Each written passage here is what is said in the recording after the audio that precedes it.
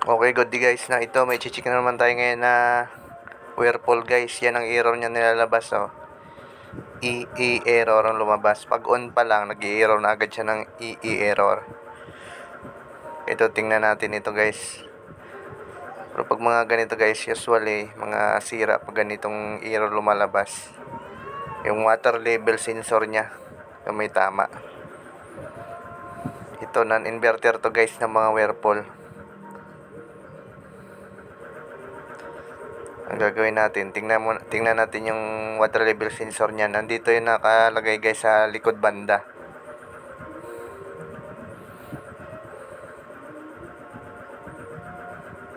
Ito guys, so yung cover dito sa likod yun. May dalawang screw lang yan dyan. Yan, tinik agad natin dito guys. May nakita agad tayo ito. Tinira pala ito ng daga guys. Ngat-ngat siya ng mabait. Ayan oh. Yung tinira niya dito guys, yung wire ng water level sensor. Isang piraso lang naman guys, itong kulay puti na to. Ito yung kinagat ng daga. Nginat-ngat, kaya pala nag-i error ito. Dahil wala ng koneksyon yung water level sensor niya.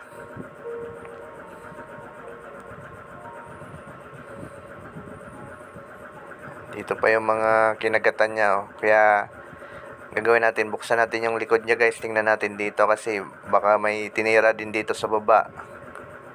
O yung hose ng water level sensor, baka binutasan niya rin. Kaya check natin dito para sigurado.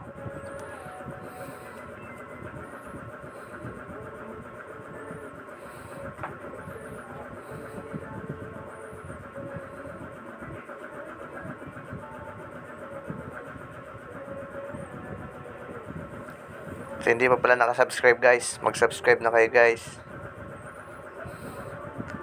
Ang binuksan natin, chinik natin, okay naman yung mga wiring at saka yung hose dito, wala namang dinali. Okay naman siya, intact naman. Ito lang talaga yung nag-iisang wire.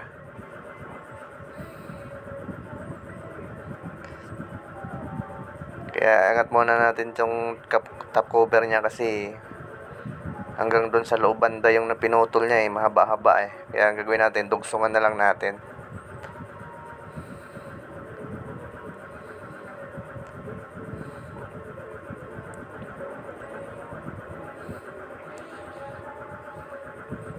Huwag mag-angat kayo dito guys, luwagan nyo lang yung mga wire dito. Nakatali lang yan dyan, tanggalin nyo lang para hindi siya mahatak.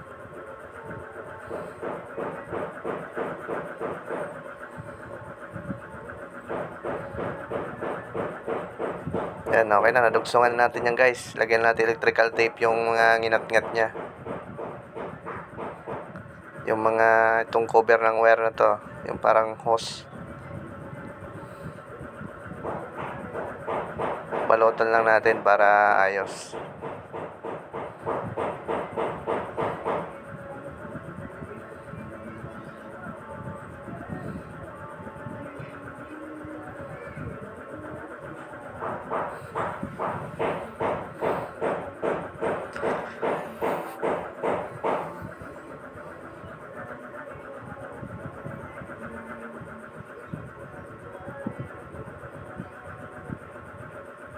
Ayan, chinik natin lahat para sigurado na wala na talagang may mga ngat-ngat pa. Baka meron pang iba kaya check natin. So yan, nalagay na natin, na-splice na natin lahat. Testing natin na. Okay na siya, nagpag-on, wala na siyang error malabas. Lagay natin sa spin program. Ayan, okay na siya, nag-number 10 na siya. Hintayin na lang natin kung iikot siya.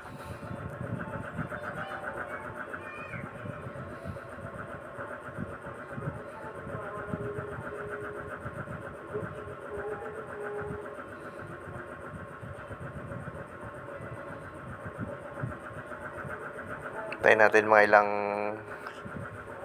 minuto. Ayan guys, umikot na siya. Goods na ito guys. Tinisting na rin namin to sa wash. Okay na rin siya. Okay, maraming salamat sa panonood.